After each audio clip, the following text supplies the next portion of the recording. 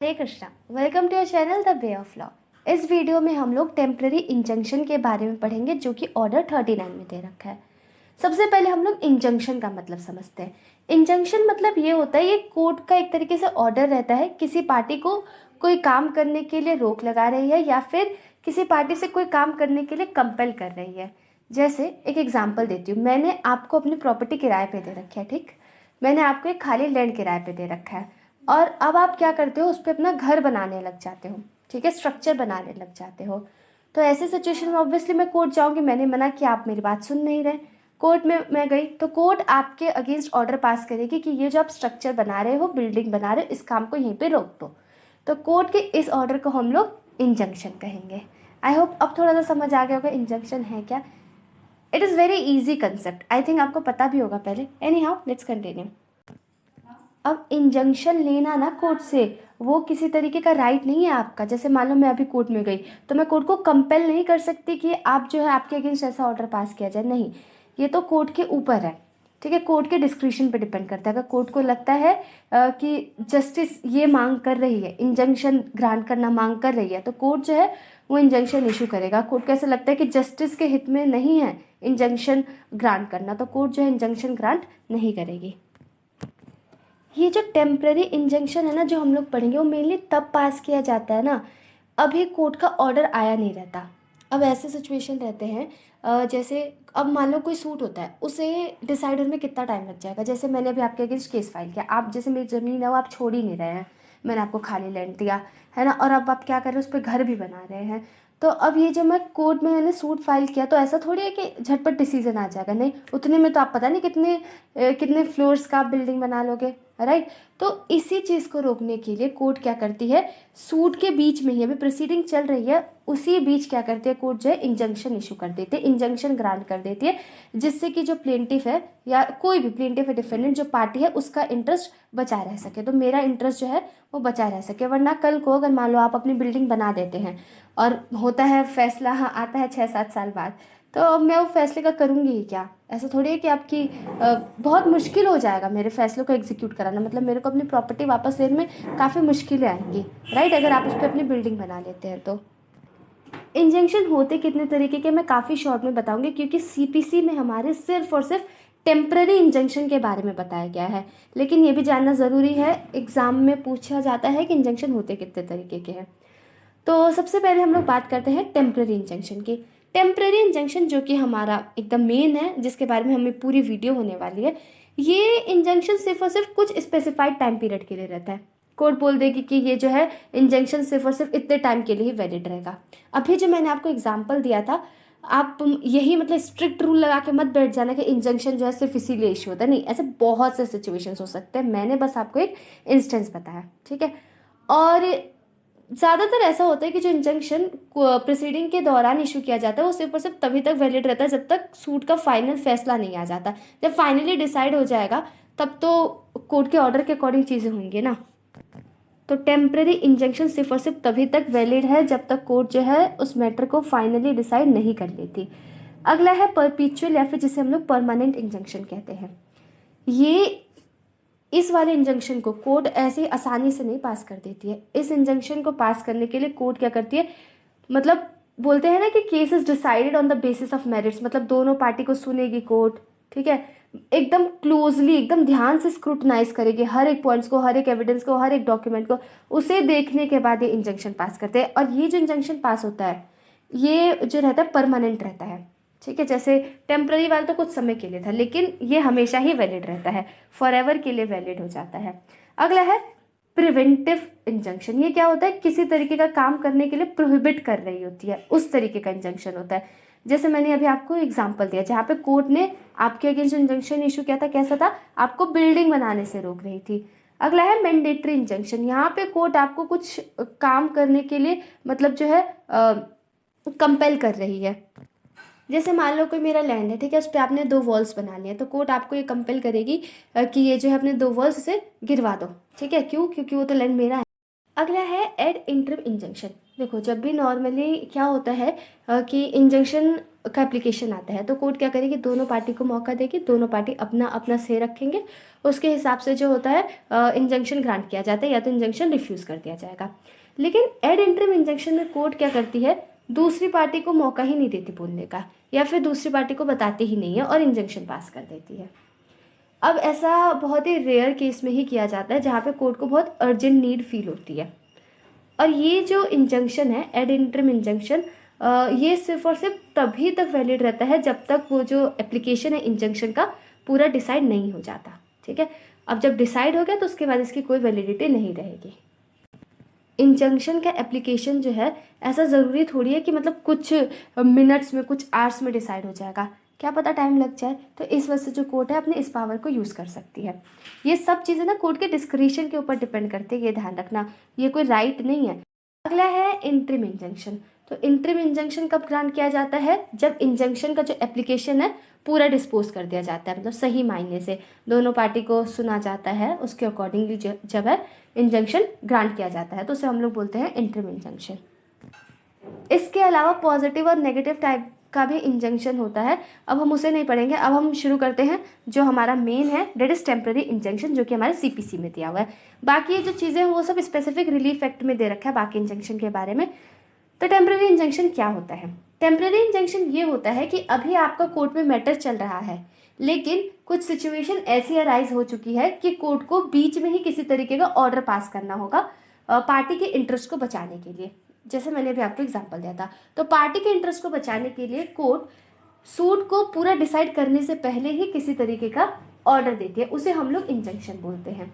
उसकी वैलिडिटी सिर्फ और सिर्फ तभी तक रहती है जब तक जो सूट है फाइनली डिसाइड नहीं हो जाता। एक बार सूट डिसाइड हो गया तो उसकी कोई वैलिडिटी नहीं है। अब इसके पीछे का ऑब्जेक्ट क्या है, मैंने आपको बता रखा है कि इसके पीछे का ऑब्जेक्ट यही है कि अगर कल को डिक्री पास हो जाए पार्टी के फेवर में, चलो हम यहाँ पे मानते हैं जो प्लेंटिफ है, मान लो कल को प्लेंटिफ के फेवर में डिक्री पास हो जाए, लेकिन अगर वो एग्जीक्यूट ही ना हो पाए तो, ठीक है, तो एक तरीके से जिस भी प्रॉपर्टी को लेके कोर्ट में बात चल रही है उस प्रॉपर्टी को प्रिजर्व करने के लिए जो कोर्ट है इंजंक्शन इशू कर सकती है। दूसरा सबसे इम्पॉर्टेंट है कि स्टेटस को मेंटेन करना। इसका मतलब क्या है कि जब सूट फाइल हुआ था, जो सिचुएशन प्रॉपर्टी की थी, सेम सिचुएशन, सेम कंडीशन उस प्रॉपर्टी को रखा जा सके जब तक सूट फाइनली डिस्पोज नहीं हो जाता। मान लो आप मेरे लैंड पे थे, ठीक है, आप मेरी प्रॉपर्टी पे थे, अब आप मेरी प्रॉपर्टी को खाली नहीं कर रहे थे, ठीक है, आप मेरी प्रॉपर्टी की पोजीशन मुझे दे नहीं रहे थे, मैंने कोर्ट में सूट फाइल किया, ठीक। अब क्या होता है, मैंने केस फाइल किया, अब आप क्या कर रहे हो, उस बीच आप कोशिश कर रहे हो मेरी प्रॉपर्टी को बेचने की, या फिर आप उस पर किसी तरीके की बिल्डिंग बनाने की कोशिश कर रहे हो, XYZ कुछ भी आप काम उस प्रॉपर्टी पे कर रहे हो। तो ऐसे सिचुएशन में कोर्ट क्या करेगी, कोर्ट इंजंक्शन इशू करेगी कि जब मैंने केस फाइल किया था तब जो लैंड था मेरा, सिर्फ एक मतलब एक खाली लैंड था वो प्रॉपर्टी, तो वही सेम स्टेटस मेंटेन करके रखेगी। ये नहीं कि पता चल रहा है कि कोर्ट कुछ एक्शन ही नहीं ले रही और आपने उस पर बिल्डिंग तैयार कर दी है जब 6 साल बाद सूट डिसाइड हो जाता है फाइनली। तो इससे तो अल्टीमेटली मेरा ही इंटरेस्ट वायलेट होगा ना, क्या फ़ायदा होगा उस सूट को फाइल करके। फिर इंजंक्शन के लिए अप्लाई प्लेंटिव भी कर सकता है और डिफेंडेंट भी कर सकता है। और इंजंक्शन इशू किसके अगेंस्ट होता है, ग्रांट किसके अगेंस्ट होता है, प्लेंटिव के अगेंस्ट भी हो सकता है और डिफेंडेंट के अगेंस्ट भी हो सकता है। अब मैं एग्जाम्पल में सिर्फ अगर प्लेंटिव बोलूँ तो ये मत समझना कि जो है इंजंक्शन सिर्फ और सिर्फ डिफेंडेंट के अगेंस्ट इशू होता है, या फिर इंजंक्शन के लिए जो एप्लीकेशन है सिर्फ और सिर्फ प्लेंटिव फाइल कर सकता है, नहीं, ऐसा कोई ज़रूरी नहीं है। अब ये जो इंजंक्शन है ना, नॉर्मली तो सिर्फ पार्टीज के अगेंस्ट इशू होता है, लेकिन कभी कभी थर्ड पार्टी के अगेंस्ट भी इशू किया जा सकता है। ऐसे ही तुरंत नहीं इशू कर दिया जाएगा अगर कोर्ट को ऐसा लगता है। अब हम रूल 1 देखते हैं, यहाँ पे हमें पता चल जाएगा कि कौन से ग्राउंड्स पे जो है टेम्पररी इंजंक्शन ग्रांट किया जाता है। जो प्रॉपर्टी डिस्प्यूट में चल रही है, जिस प्रॉपर्टी को लेकर सूट चल रहा है, वो या तो प्रॉपर्टी जो है वेस्ट हो सकती है, डैमेज हो सकती है, या फिर जो है कोई पार्टी उसे एलिनेट कर सकती है, अलग कर सकती है, या फिर उसे रॉन्गफुल तरीके से बेचा जा सकता है, या फिर जो डिफेंडेंट है अपने क्रेडिटर को डिफ्रॉड करने के लिए उस प्रॉपर्टी को डिस्पोज कर रहा हो, या फिर जो डिफेंडेंट है वो इस बात के लिए थ्रेट कर रहा हो कि जो प्लेंटिफ है उसे इंजरी कॉज कर देगा, मतलब जो भी डिस्प्यूटेड प्रॉपर्टी है उसके रिलेशन में। जैसे मैं अभी आपको एग्जांपल देती हूँ, आपने मेरी प्रॉपर्टी दे रखी है, मैं केस में जाकर कोर्ट फाइल करती हूँ, ठीक है, तो अब आप मुझे धमकी देने के लिए ऐसा कह रहे हो कि यू विल सेल इट, या फिर कुछ ऐसा करोगे कि जिससे मेरे को इंजरी हो। इंजरी मतलब इन टर्म्स ऑफ मनी, या मेरी जो प्रॉपर्टी है उस सेंस में इंजरी की बात हो रही है। या फिर जो डिफेंडेंट है वो ब्रीच ऑफ कॉन्ट्रैक्ट करने वाला है, राइट। या फिर कोई सा भी ग्राउंड जिस पे कोर्ट को लगता है कि जो है इंजंक्शन इशू करना चाहिए, कोर्ट इशू कर सकती है। कोर्ट के पास इस चीज़ की पावर है, कोर्ट के पास पूरा पूरा डिस्क्रिशन है। अब ये तो मैंने आपको ग्राउंड्स बता दिए, लेकिन ये ग्राउंड्स तो अप्लीकेबल हैं, ठीक है। इसके बाहर भी कोर्ट जा सकते हैं, इस बात का ध्यान रखना। क्यों? क्योंकि ये राइट की बात नहीं कर रहा है, पूरा का पूरा कोर्ट के डिस्क्रिप्शन पे है। लेकिन कोर्ट को ये डिस्क्रिप्शन अपना जुडिशियल माइंड अप्लाई करके लगाना है, ऐसे ही नहीं कि बस पास कर दिया। अब कुछ ट्रिपल टेस्ट बोला जाता है, इन ट्रिपल टेस्ट का ध्यान रखना होता है जब भी इंजंक्शन ग्रांट किया जाता है। तो इसके अलावा भी कुछ प्रिंसिपल्स है जिनका ध्यान रखना होता है, लेकिन बेसिकली ये 3 चीज़ें हैं। तो सबसे पहला चीज़ क्या है? Prima facie case. Court injunction grant करने से पहले खुद को इस बात से सेटिस्फाई करेगी कि ये जो केस, मान लो प्लेंटिफ ने एप्लीकेशन फाइल किया है, तो ये देखेगी जो प्लेंटिफ ने केस फाइल किया बोनाफाइड है, मतलब किसी गलत इंटेंशन से नहीं है, बस डिफेंडेंट को डराने धमकाने के लिए नहीं है। ये प्रूफ करना होगा कि कल को जब अगर केस जो है फाइनली डिसाइड हो जाता है तो प्लेंटिफ के ही फेवर में आएगा। और ये बात जो बर्डन है ये चीज़ प्रूफ करने का पूरा का पूरा प्लेंटिफ पे है। मतलब जो भी पार्टी एप्लीकेशन ला रही है, मान लो प्लेंटिफ ला रही है, तो प्लेंटिफ इस बात को प्रूफ करेगी, ये ऐसे एविडेंस और डॉक्यूमेंट दिखाएगी कि ये जो पूरा का पूरा केस है मेरे ही फेवर में है, तो इंजंक्शन जो है ग्रांट कर दिया जाए। तो इससे रिलेटेड हम लोग एक केस भी देखते हैं, मैथ्यू फिलिप्स का। इसमें कोर्ट ने ये बात कही कि जो भी पार्टी इंजंक्शन लेना चाह रही है उसे ये दिखाना पड़ेगा कि अगर कोर्ट ने इंजंक्शन नहीं ग्रांट किया तो प्लेंटिफ या उस पार्टी का किसी तरीके का राइट वायलेट होगा। अब यहाँ पे कोर्ट को एकदम मतलब डाइसेक्शन करके नहीं देखना पड़ेगा कि क्या सही में ऐसा है कि ये जो केस है प्लेंटिफ के फेवर में है या नहीं। अगर ऊपर ऊपर देखने से लग रहा है तो कोर्ट अकॉर्डिंगली प्रोसीड करेगी, वरना तो पूरा केस ही डिसाइड हो जाएगा ना अगर उसी स्टेज पे ये सब करना पड़ेगा तो। दूसरा प्रिंसिपल है इररिपेरेबल लॉस एंड इंजरी। मतलब अगर कोर्ट को ऐसा लगना चाहिए कि अगर उसने इंजंक्शन ग्रांट नहीं किया तो पार्टी जो है, मान लो प्लेंटिफ, उसे इस तरीके का इंजरी हो जाते, इस तरीके का नुकसान हो जाता है जिसकी भरपाई डैमेजेस से नहीं की जा सकती, और प्लेंटिफ के पास इंजंक्शन ग्रांट कराने के अलावा कोई और रेमेडी भी अवेलेबल नहीं है उस इंजरी से बचने के लिए। मनोहर लाल चोपड़ा के केस में ये बोला गया कि इररिपेरेबल इंजरी का मतलब ये नहीं कि मतलब कोई पॉसिबिलिटी ही नहीं है कि हम उस इंजरी को रिपेयर कर सकते, नहीं। इसका मतलब ये है कि ठीक से नहीं उसे कंपनसेट किया जा सकता डैमेजेस के थ्रू। अगला इंपॉर्टेंट प्रिंसिपल है बैलेंस ऑफ इनकन्वीनियंस या कन्वीनियंस। अब ये तो आप खुद डिसाइड करना आपको इनकन्वीनियंस बोलना है या कन्वीनियंस। देखो, जब भी कोर्ट इंजंक्शन ग्रांट करती है तो ये चीज़ देखती है कि अगर हम इंजंक्शन ग्रांट नहीं करते, ठीक है, अगर हम इंजंक्शन ग्रांट नहीं करते तो कौन सी पार्टी को ज़्यादा दिक्कत होगी, ठीक है, और अगर हम इंजंक्शन ग्रांट कर देते हैं तो कौन सी पार्टी को ज़्यादा दिक्कत होगी, ये चीज़ें देखती है। और अगर कोर्ट को ऐसा लगता है कि इंजंक्शन ना ग्रांट करने पे प्लेंटिफ को, या मतलब जो भी पार्टी इंजंक्शन के लिए कह रही है, इंजंक्शन का एप्लीकेशन दिया है, उस पार्टी को जो है ज़्यादा हार्डशिप फेस करनी पड़ेगी, तो ऐसे सिचुएशन में जो है कोर्ट ग्रांट कर देती है इंजंक्शन। साफ साफ बोलो तो कुछ नहीं, बस कोर्ट ये देखेगी कि कौन सी पार्टी को ज़्यादा नुकसान होगा अगर इंजंक्शन ग्रांट किया तो, या फिर नहीं किया तो, ठीक है। तो एक केस देखते हैं, दलपत कुमार का केस।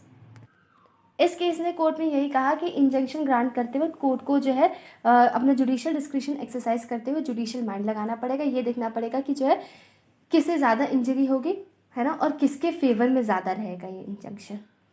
अगला प्रिंसिपल ये है कि जो कंडक्ट होना चाहिए पार्टी का, मतलब जो एप्लीकेशन लेकर आए पार्टी, उसका कंडक्ट फेयर एंड ऑनेस्ट रहना चाहिए। मतलब प्लेंटिफ जो है आके इंजंक्शन मांग रहा है और खुद डिफॉल्ट में हो, ठीक है, तो ऐसा नहीं, जो प्लेंटिफ जो एप्लीकेशन रिलीव कर रहा है उसके क्लीन हैंड्स होने चाहिए। अगला है और भी कुछ और फैक्टर्स है, जितने मैंने ऊपर के प्रिंसिपल्स बताए सिर्फ इन्हीं प्रिंसिपल्स को ध्यान में नहीं रखा जाता, कोर्ट के पूरा डिस्क्रिशन के ऊपर डिपेंड करता है। इसके अलावा भी ऐसी सिचुएशंस हैं जिसको कोर्ट कंसिडर करेगी इंजंक्शन ग्रांट करते हुए। अब यहाँ पे कुछ इंस्टेंसेस हैं जो कि जहाँ पे जो कोर्ट है इंजंक्शन ग्रांट कर देते, you can read it yourself, इतना कोई इंपॉर्टेंट नहीं है। और यहाँ पे कुछ ऐसे इंस्टेंसेस हैं जहाँ पे कोर्ट इंजंक्शन नहीं ग्रांट करती है। तो अब हम टेम्पररी इंजंक्शन से रिलेटेड कुछ की पॉइंट्स देखते हैं। पहला ये है, you can pause it and read it, ठीक है। तो सबसे पहला ये है कि अगर पार्टी के पास, ठीक है, इंजंक्शन का ऑर्डर लेने के अलावा कोई और रेमेडी भी अवेलेबल है, अल्टरनेटिव रेमेडी अवेलेबल है, तो कोर्ट इंजंक्शन ग्रांट नहीं करेगी। बहुत वाइजली इस पावर को यूज़ करती है कोर्ट, मतलब ऐसे ही नहीं यूज़ किया जा सकता इस पावर को। मतलब कहीं से भी एकदम निराश हो चुका है जब अप्लीकेंट, मतलब जो भी पार्टी है, तब आएगा वो इंजंक्शन के लिए, सीधे मुंह उठा के इंजंक्शन के लिए नहीं आया जा सकता। दूसरा ये है कि कोर्ट जो है इंजंक्शन ग्रांट करते टाइम किसी तरीके का कंडीशन भी लगा सकती है, कि अगर मान लो प्लेंटिफ के ऊपर कंडीशन लगा देगी कि अगर क्या कहते हैं कि कुछ मतलब प्रॉब्लम होती है, मतलब जो भी इंजंक्शन ग्रांट करने से किसी तरीके का इश्यू अराइज होता है, तो उसका कॉन्सिक्वेंस जो है प्लेंटिफ बियर करेगा। और ये जो हमारा इंजंक्शन है, इसकी किसी तरीके की प्रेसिडेंशियल वैल्यू नहीं है। मतलब अगर कोई पार्टी है उसे इंजंक्शन चाहिए, तो यहाँ पे आके कोर्ट के सामने ये नहीं कहेगा कि ये जो केस है, इस केस में सेम सेम सिचुएशन थी और कोर्ट जो था, कोर्ट ने उधर इंजंक्शन ग्रांट किया, नहीं, इसमें कोई प्रेसिडेंशियल वैल्यू नहीं है। इधर रेस जुडिकेटा भी लगेगा। एक बार अगर आपने इंजंक्शन के लिए अप्लाई किया, कोर्ट ने अगर ग्रांट कर दिया तो ठीक, अगर रिफ्यूज़ कर दिया तो भी ठीक, जब तक फिर सूट डिसाइड नहीं हो जाता तब तक यही चीज़ वैलिड रहेगी। मतलब आप दोबारा से नहीं इंजंक्शन के लिए अप्लाई करोगे, ग्रांट हो गया ठीक, नहीं हुआ तो भी ठीक, ठीक है, रेस जुडिकेटा लग जाता है इसके ऊपर। कोर्ट का जो भी ऑर्डर रहता है इंजंक्शन से रिलेटेड, भले ग्रांट करे या रिफ्यूज़ करे, उसके अगेंस्ट अपील और रिवीजन दोनों हो सकता है। अब बात करते हैं एक और इम्पोर्टेंट कंसेप्ट की, प्लीज़ बोर मत होना, थोड़ा सा और धैर्य से सुन लो। देखो, कोर्ट क्या करती है, एक्स पार्टी इंजंक्शन पास कर देती है। अब एक्स पार्टी इंजंक्शन ग्रांट करते वक्त कोर्ट को बहुत कॉशियस रहना पड़ता है और बहुत से फैक्टर्स का ध्यान रखना पड़ता है। कुछ फैक्टर्स कोर्ट ने मॉर्गन स्टैनली म्यूचुअल फंड्स के केस में ले डाउन कर रखा है। अब जो अपोजिट पार्टी है, उसके इंटरेस्ट को बचाने के लिए, उसके इंटरेस्ट को ध्यान में रखते हुए ये कोर्ट के ऊपर मैंडेटरी है कि जिस भी रीज़न की वजह से उसे एक्स पार्टी इंजंक्शन पास करना पड़ रहा है, उस रीज़न को राइटिंग में रिकॉर्ड किया जाए। अच्छा, अब मानो ये जो है इंजंक्शन ग्रांट हो चुका है, लेकिन पार्टी जो है उसका ब्रीच कर रही है, उसे मान नहीं रहे, तो ऐसे सिचुएशन में दो चीज़ें होगी। या तो जो अपोनेंट है उसे अरेस्ट कर लिया जाएगा, लेकिन ये जो अरेस्ट होता है सिविल प्रिजन में 3 महीने से ज़्यादा एक्सीड नहीं करेगा। या तो उस अपोजिट पार्टी की प्रॉपर्टी को अटैच कर लिया जाएगा, और ये जो अटैचमेंट है 1 साल से ज़्यादा का नहीं होगा।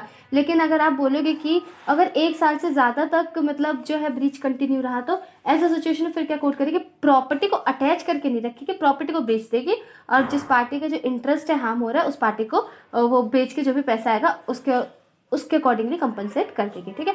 या तो कोर्ट जो है दोनों चीज़ें कर सकती है, अरेस्ट भी कर सकती है अपोनेंट को, उसकी प्रॉपर्टी भी अटैच कर सकती है। मान लो बाद में कोर्ट को ये रियलाइज होता है कि जो इंजंक्शन है वो इनसफिशिएंट ग्राउंड्स पे दे ग्रांट कर दिया था, ठीक है।